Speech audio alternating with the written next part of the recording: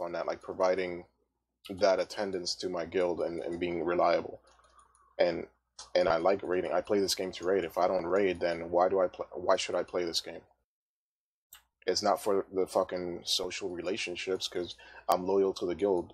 I'm not loyal to any individual. And You hear that, Ruff? that's Doesn't love you. that's the most upsetting part. When I told myself a long time ago, I'll manage with the nerf buff circus, but the second that it becomes an issue where my raid spot is being compromised, that's where I'm going to draw the line. And I don't plan to stop now. Fortunately, I've been sending Atreus some parsing and, and stuff, and he's been responding. So thanks, Atreus. But seriously, just get your shit together, because I know when I fuck up this, if I were to fuck up this bad at work, I would lose my job. And that's not a threat, that's reality. And mainly the problems with, like, we got electricity cascade back today on Tempest. I'm still 2k range DPS behind mages and rogues. Like, that's ridiculous. And it's not as bursty as something like Inquisitor, so I can't make up for that difference in burst. And I have one of my abilities that provides all that burst is it's a cast. And then I don't even want to get into melee DPS. Paragon's been nerfed like 3 or 4 times already since Storm Legion. Champion, I don't even know someone rational that runs a champion in their raid. The only spec we have that's any decent right now for melee is Riftblade. And luckily Riftblade has some AoE component to it, because if not, it wouldn't get ran in raid either. Because we definitely have classes that can do better single target, pure single target. It's just a lot of issues that he needs to handle. And I know he doesn't have the time to handle everything as fast as everyone wants. So we'll see how many people, leave the game. How many people might come back afterwards. I do really wish more people would be patient, though. People, they really just don't understand the complexity that a lot of this stuff requires. And, they just go straight to assumption that, X isn't doing his job, they're not doing this, when in reality, they really are trying. Yeah, but it gets to the point where everyone has a breaking point, right? Everyone has a breaking point of how much shit have you taken before you break and you're just like, enough is enough. Because everyone has patience, but it's the breaking point. That's where people start quitting and start saying stuff like that. We've been like up and down like crazy the past year. When I started tanking, there wasn't a single encounter where I wasn't viable. I never had to be sat down because my tanking sucked inherently and fundamentally just was that bad. And I've never been sat down because DPS was that out of place. We've always had competitive specs. This is the first time, with all these changes, the first time that this has happened. And it's like every patch something changes, I don't know how the mages like have such a good dev that's so consistent, communicates so well. I have no idea how that happens. Maybe they're just better at providing feedback.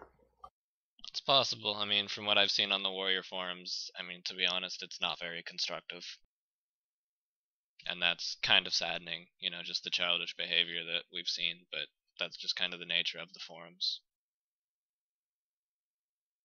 The internet gets mad. They do. Yeah, that's all I gotta say on Warrior DPS. Just get your shit together, yeah. Atreus, because... I just wanted to say that I think people need to cut Atreus just a bit of slack. Just because if you look at the class revamps for Storm Legion, Warriors had twice as many class changes as any other class, so it's going to take him a lot longer to fix it, to sort everything out. Yeah, but what I also don't get is that we were okay coming into Storm Legion. Like, we were as competitive DPS-wise with the parsers I was seeing as mages, clerics, and rogues. And then he just cut our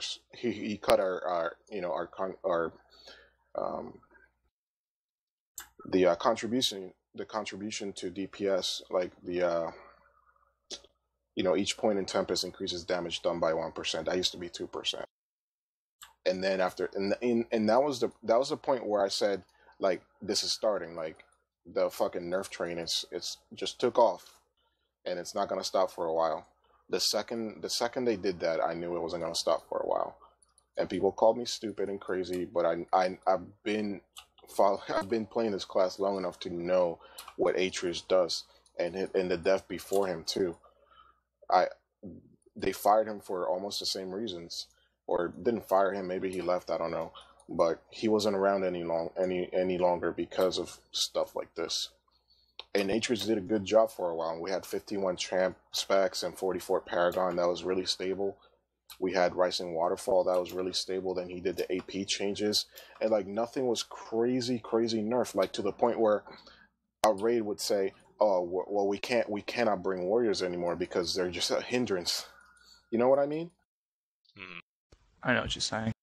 I think the 1% issue from 2% needed to happen because, I mean, you guys saw that at level 50, warriors were pulling several K more than everyone else, and same thing was happening on 60 on Alpha. So nerfs were inevitable. Yeah, but he never went back and touched up every ability. There's abilities that were doing the same damage before the 2% as the one now the 1%. It's a lot to do with how all the ability scaling and the stacking groups and things are operating now. That it affected specs a lot more than others, but there was heavy nerfs did need to happen, but they've either overshot or they haven't had the intended effect, and so that's the situation we're in now. You know what I think is happening? This is complete theory. I think that there's been a shift in how Tryon is approaching class balancing. I think before it used to be more individual work where one dev tried to balance their class individually, and I think that there's someone hovering over them now, like an overlord, that is trying to get all the classes to do similar DPS to each other, and that disconnect, that I think that person, whoever it is either making these people nervous, or like where they don't want to. The way it should be is that they should overbuff and nerf back slightly. I don't think that nerfing too much and adding back is going to be the same or as easy to balance, and pushing everything up and then bringing it back slowly. I think they're doing too many big changes at the same time. They're not doing like one little change here, one little change there. They're doing big changes across many abilities at once, and then by the end of the day, you're seeing all this imbalance.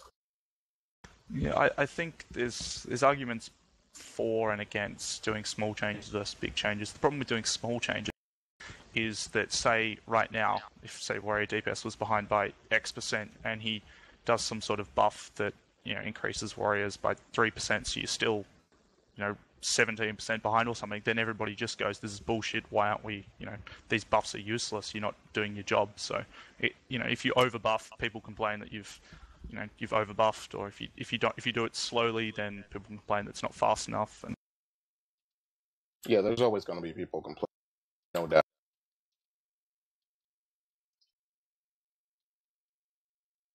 So do you guys have anything else to say about Warrior DPS? I know neither of you are main spec DPS. About DPS, no. Sorry, something's bugged at the moment. I'm trying to get that figured out, so just give me a minute. You guys can talk for a sec.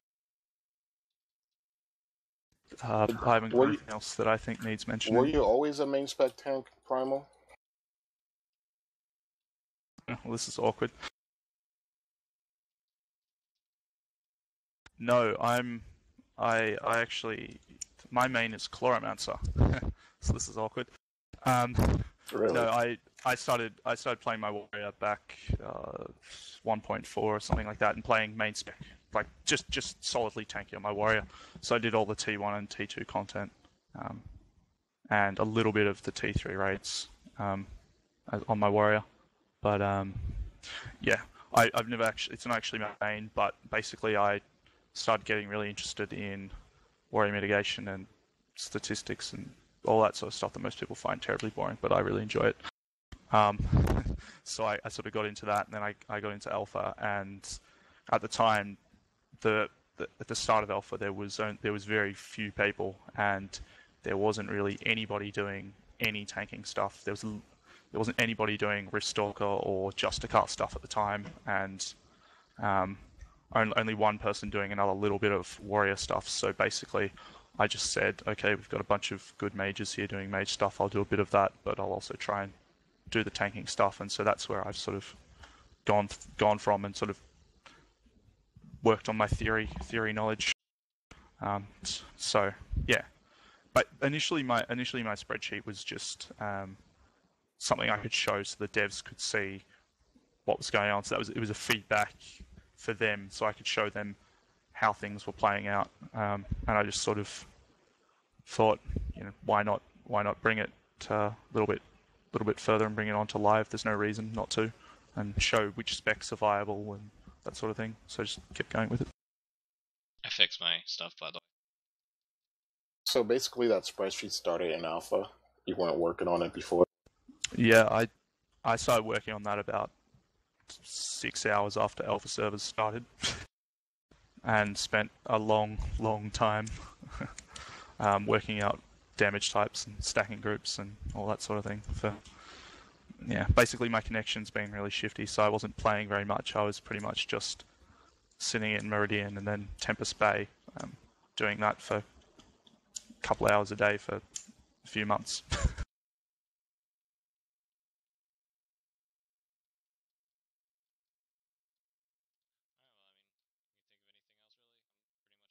Who else do you collaborate with? Well, I had both Atreus, Zinvic, and Alien all looked at my spreadsheet a couple of times, and sort of initially I didn't understand the stacking groups and the damage types very well. They sort of said, okay, this is how the calculations work, and explained that. So I had it all. Fairly accurate. So it should be pretty good now.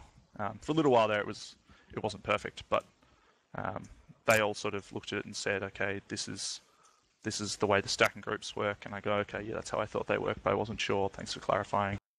And I got a little bit of help from Noche, who used to do the Justicar spreadsheet, working out things like a couple of the coefficients, and also meal rain, because he's had his warrior gear spreadsheet for a long time. He came into alpha a bit later, and he helped a little bit with them.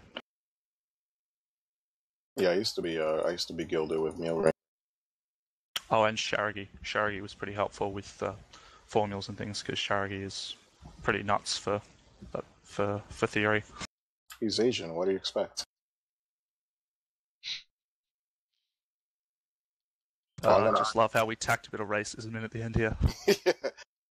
Well, the last stuff we've been talking about, I'm gonna cut it off. I just wanted to talk about different stuff. Well, I'm just gonna do the unless you guys have any. Have there any questions been asked in guild chat? I mean, not a guild chat, in fucking Twitch. Twitter. I've been reading. I haven't really seen any questions. If you guys have any, feel free to ask. Yeah, sorry that we can't concentrate on this. This raid was kind of dumped on us last second. I didn't know we were doing the 10-man this early. I didn't either. We were just kind of invited. I like 10 minutes after this podcast started, they're like, "All right, drop," or "We're going in the 10-man." And I was like, "Oh shit!" So that's why the screen is black. If you came in late and you're wondering. Yeah, I haven't got Twitch open, so I haven't seen any questions. I haven't seen any questions. It's Elrar popped in for a second, but no. All right, so yeah, we're just gonna cut it. I'm gonna cut off some of this stuff. Obviously, edit it real good. Do you guys have anything else you want to mention? Do you want to promote anything primal or rough? Oh man, I was gonna say something. I can't remember. I've got some advice for life for people. If that's what you're after. Go ahead. Spam blood fever. Is that your advice? No, that's my advice for life. That's my advice. Be less mad. Crack open a beer, throw a shrimp on the barbie, and she'll be right. Very nice. So you're basically